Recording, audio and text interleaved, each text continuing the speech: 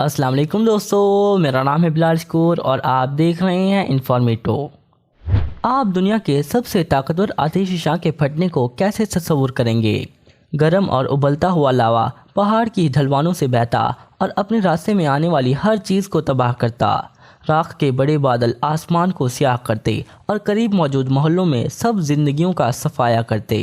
जहरीली गैसें छोटे से छोटे कोनों में घुसती। लेकिन क्या अगर मैं आपको बताऊं कि शायद आप इस तबाहकुन वाक़े को नोटिस ही ना करें। बहुत कम लोग जानते हैं कि दुनिया की 80% वोल्केनिक इरप्शंस पानी के नीचे होती हैं। मज़ीद ये कि सिर्फ सबमरीन वोल्केनोज दुनिया का 75% मैग्मा निकालते हैं।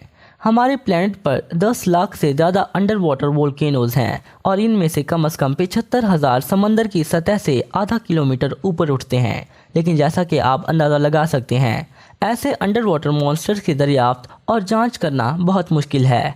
कोई हैरानी नहीं कि साइंसदानों ने अब तक की सबसे बड़ी अंडर वाटर इरप्शन को मिस कर दिया। न्यूजीलैंड का एक मुसाफिर समोआ में शानदार छुट्टियां गुजारने के बाद घर वापस जा रहा था जब किसी अजीब चीज़ ने उसकी तवज्जो मबजूल की। उस वक्त जहाज़ न्यूजीलैंड के साहिल से कई मील दूर था और अपनी विंडो सीट से मुसाफिर ने बड़े पैमाने पर कोई मवाद समंदर की सतह पर तैरता देखा। उसने एक तस्वीर ली और घर लौटने के बाद उसने ये तस्वीर रिसर्चर्स के पास भेज दी। पता चला कि वो बड़े पैमाने पर बहती हुई प्यूमाइस की चट्टानें थीं। इनमें से कुछ एक गाड़ी जितनी बड़ी थीं। पत्थरों की ये तैरती हुई कालीन जो 150 मील तक फैली हुई थी, वो जदीद तारीख की सबसे बड़ी सबमरीन इरप्शन के नतीजे में थी। मज़ीद ये कि कई महीनों बाद सैटेलाइट्स ने देखा कि तैरती हुई चट्टानों की कश्ती 2 न्यूजीलैंड के बराबर के इलाकों जितनी फैल चुकी है। हावरे सी माउंट वोल्केनो जो जुलाई 18, 2012 को फटा, वो अमेरिका के समोआ और न्यूजीलैंड के दरमियान है, जुनूब मगरबी पैसिफिक ओशन में। इरप्शन के होने के 3 साल बाद साइंसदान 2 अंडर वाटर सबमरीन्स में इलाके की दरियाफ्त करने के लिए निकल पड़े। उस वक्त वो जानते थे कि यहाँ एक बहुत बड़ा धमाका हो चुका है जिसका मवाजना 20वीं सदी के सबसे बड़े धमाकों से किया जा सकता है। किसी भी मामले में रिसर्चर्स ने एक आम समंदर की गहराई में होने वाली इरप्शन के सबूत दरियाफ्त करने की तवक्का की, लेकिन वो हैरान हो गए। हैरत अंगेज तौर पर साइंसदानों को एक आम अंडर वाटर वोल्केनो के फटने का पैटर्न नहीं मिला, लेकिन जो उन्होंने दरियाफ्त किया वो बहुत ज़्यादा गैर मुतवक्के था। वोल्केनो से मीलों दूर तक समंदर का फर्श बड़ी प्यूमाइस की चट्टानों से भरा हुआ था और उसमें से कुछ एक वैन के साइज़ की थीं। बाद में साइंसदानों ने तस्लीम किया कि उन्होंने पहले कभी ऐसी चीज़ नहीं देखी। पहले ये कि वो जिस सबमरीन के अंदर थे, उन्होंने हत्ता कि ये सोचा कि उनके इमेजिंग सिस्टम के साथ कोई ख़राबी है। अब मुझे टॉपिक से थोड़ा बाहर जाने दें, जैसा कि मैं वो नहीं करता। बात यह है कि अंडर वाटर वोल्केनोज आम तौर पर हमें ज़्यादा परेशान नहीं करते। जब वो फटें तो उन पर किसी का ध्यान नहीं जा सकता, उनके दूर दराज होने की वजह से। तमाम फ़न पानी के अंदर गहराई में होता है। जब वक्त आता है, प्रेशर की वजह से वोल्केनो की चोटी पूरी तरह से उखड़ जाती है और बहुत तेज़ी से मैग्मा ऊपर चला आता है। गर्म मैग्मा की मिकदार इतनी ज़्यादा होती है कि ये कुछ ही मिनट में कई मिलियन गैलन्स पानी को उबाल देता है। नतीजे में फटने वाले वोल्केनो के गिर्द का इलाका उबलते हुए पानी से भर जाता है जो बाद में ऊपर उठता है। अगर आप इस लम्हे कहीं करीब हों, आप देखेंगे कि समंदर से तेज़ी से बुलबुलें निकल रहे हैं और आपको सल्फ़र की नागवार बदबू भी आएगी।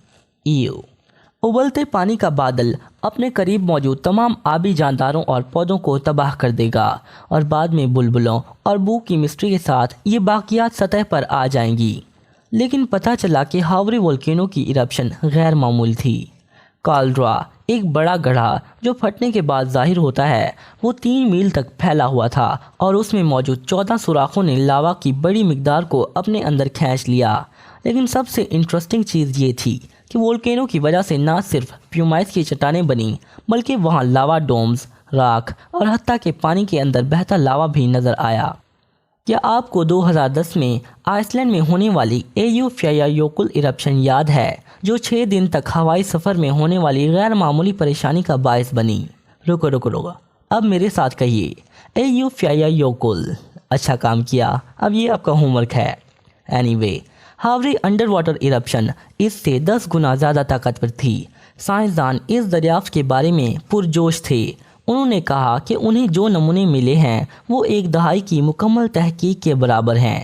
ان مٹیریلز کی وجہ سے سائنسدانوں کو اسے سمجھنے کا ایک خاص موقع ملا کہ جب ایک انڈر واٹر وولکینو پھٹتا ہے تو کیا ہوتا ہے۔ لیکن آج کل ہمارے پاس ایک اور مسئلہ ہے۔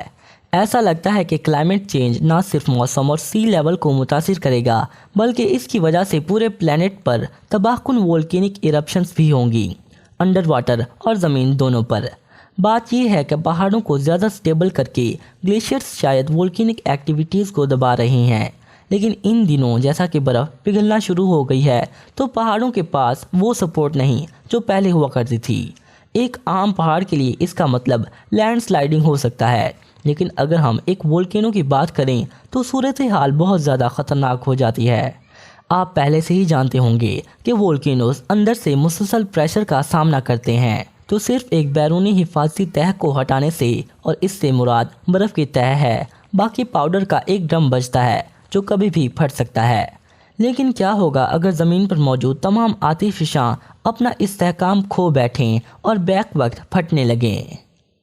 ویسے یہ ایک تباہ کن منظر ہوگا۔ آپ شاید زمین پر موجود ہر شخص کے خوف و ہراس کو تصور کر سکتے ہیں اگر سارے وولکینوز بیک وقت پھٹ پڑیں۔ کچھ وولکینوز اپنی ڈھلوانوں اور اپنی قریبی بستیوں پر صرف لاوا اگلیں گے۔ خوش قسمتی سے اس معاملے میں مقامیوں کے پاس خطرے کے علاقے کو خالی کرنے کے لیے کافی وقت ہوگا، لیکن اگر کونیکل سٹریٹو وولکینوز کی بات ہو، جیسا کہ جاپان میں موجود ماؤنٹ فیوجی مثال کے طور پر، وہ بہت زیادہ مصیبت کا باعث بنیں گے۔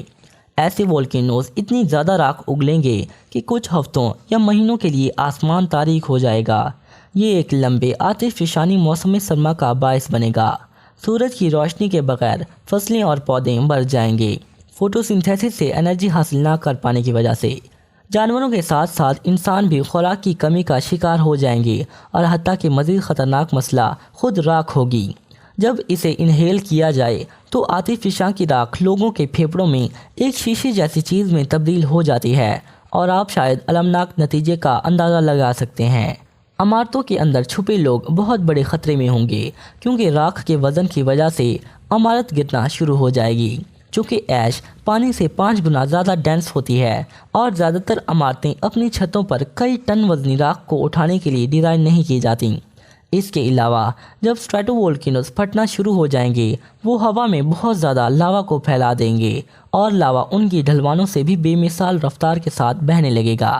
اس معاملے میں آپ جہاز میں چڑھ کر اس سے بچ نہیں پائیں گے، کیونکہ جہاز کے انجن رک جائیں گے، جیسا کہ اس کے انجن میں راکھ دوبارہ لاوا کے قطروں میں تبدیل ہو جائے گی۔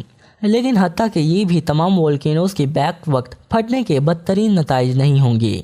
ایرپشنز کے آخر میں دنیا ایک وولکینک ونٹر کے گھیرے میں آ جائے گی، اور موسموں کا تصور ختم ہو جائے گا۔ سمندر میں کاربن کے بڑے ذخائر لیکوڈ بن جائیں گے، اور وہ مائکروبز کے ذریعے میتھین اور کاربن ڈائی آکسائڈ میں تبدیل ہو جائیں گے۔ یہ 2 گیسز ماحول میں چلی جائیں گی اور گلوبل وارمنگ کو بہت تیز کر دیں گی۔ اس سے ایک نہ ختم ہونے والا سرکل شروع ہو جائے گا۔